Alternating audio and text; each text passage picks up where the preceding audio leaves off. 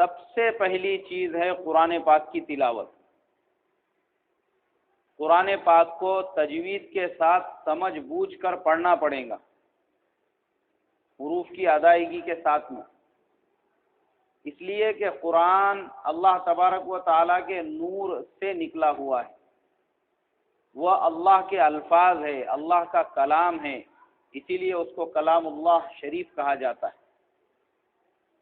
اور اس میں جتنی آیتیں ہیں، جتنے احکام ہیں، کہ قرآن پاک میں 30 پارے ہیں، 114 سورتیں ہیں، اور 7 منزلیں ہیں، 6666 آیتیں ہیں، اور 2,34,352 حروف ہے قرآن پاک کے اندر۔ یہ جتنی بھی چیزیں ہیں ساری کیا ساری اللہ تبارک و تعالیٰ کی زبان سے نکلی ہوئی۔ جو چیز اللہ کی زبان سے نکلی ہے، اگر ہم اس کو اپنے عمل میں لائیں گے تو پھر اس کا نور ہمارے دل پر پڑے گا۔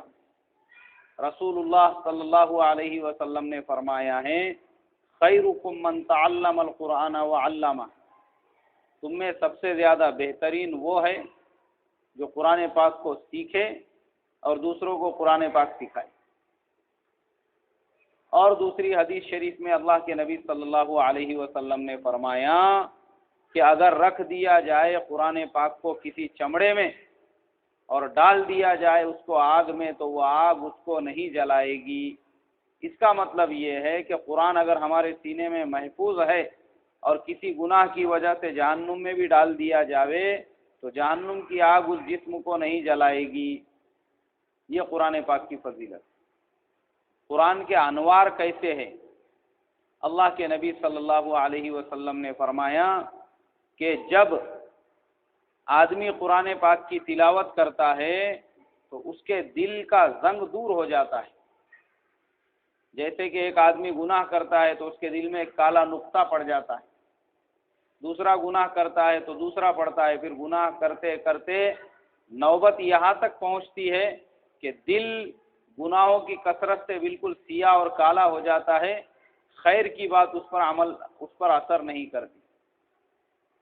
لیکن جو بندہ قرآن پاک کی تلاوت کو معمول بناتا ہے اور قرآن پاک کی تلاوت کرتا ہے تو قرآن پاک کی تلاوت کی برکت سے وہ جو دل پہ گندگی لگ چکی ہے، جو زنگ لگ چکا ہے، اللہ تبارک و تعالیٰ اس کو دھو ڈالتے ہیں اور دل کو صاف اور شفاف فرما دیتے ہیں۔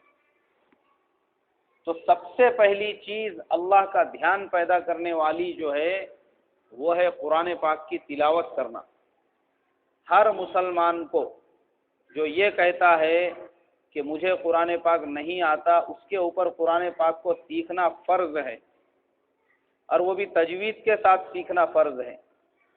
بہت ساری صورتیں ہم نے قرآن پاک کی رٹی ہوئی ہے، مگر اس میں سینکڑوں غلطیاں ہیں، حروف کی ادائیگی صحیح نہیں ہے۔ حالانکہ عربی زبان ایسی ہے، اس میں اگر آپ نے ایک لفظ کی بھی غلطی کر دی تو ترجمہ اس کا بدل جاتا ہے، اس کے معنی کچھ سے کچھ ہو جاتے ہیں۔ اس کے لیے تجوید کے ساتھ قرآن پاک کو سیکھنا اور اس کو پڑھنا بہت ضروری ہے۔ اگر آدمی تجوید کے ساتھ قرآن پاک کو سیکھے گا اور پڑھے گا تو پھر وہ قرآن پاک صحیح ڈھنگ سے اس کا ادا ہوگا۔ اور پھر قرآن پاک کے ترجمے کو بھی پڑھنا چاہیے کہ ہم 50 سال سے قرآن پاک پڑھ رہے ہیں، 10 سال سے پڑھ رہے ہیں، 20 سال سے پڑھ رہے ہیں، آج تک ہم کو یہ نہیں معلوم کہ الحمدللہ رب العالمین اس کے میننگز کیا ہے، اس کا مطلب کیا ہے۔ ہم جو یہ آیت پڑھ رہے ہیں اس میں اللہ تبارک و تعالی اپنے بندوں سے کیا کہہ رہے ہیں، اس لیے ہمارے دلوں پہ قرآن پاک کی تلاوت کا اثر نہیں ہوتا۔ ہم کو معلوم ہی نہیں ہے، ہم صرف عربی جو زبان کے الفاظ ہیں، عربی کے الفاظ کو رٹتے رہتے یا پھر اس کو پڑھتے رہتے۔ اللہ کے نبی صلی اللہ علیہ وسلم کے زمانے میں قرآن پاک عربی زبان میں خصوصاً اترا اسی لیے کہ عرب جو ہے وہ عربی زبان جانتے تھے، قرآن پاک ان کے سمجھ میں آتا تھا، اس لیے وہ دین میں فوراً داخل ہو گئے۔ دین میں داخل ہوتے تھے، قرآن پاک کو سمجھتے تھے، قرآن پاک کو سمجھنے کے بعد جب اللہ ان کو ہدایت دیتا تھا کہ یہ قرآن اللہ کا کلام ہے تو وہ فوراً مسلمان ہو جاتے تھے۔ ان کی زبان میں قرآن کو اللہ نے اتارا، اور قرآن پاک میں اللہ تبارک و تعالی نے ان کو ایسی ایسی مثالیں بیان کی جس سے عربوں کا اسلام میں داخل ہونا آسان ہو گیا۔ آج ہماری زبان میں قرآن پاک نہیں ہے، ہم جو زبان بولتے ہیں، تو ہماری نماز میں بھی لذت اسی لیے نہیں ہے کیونکہ ہم کو سمجھ میں ہی نہیں آتا امام صاحب کیا پڑھ رہے، یا ہم 50 سال سے نماز پڑھ رہے یا 20 سال سے نماز پڑھ رہے، تو ہم جو صورتیں پڑھ رہے اس کا مطلب کیا ہے؟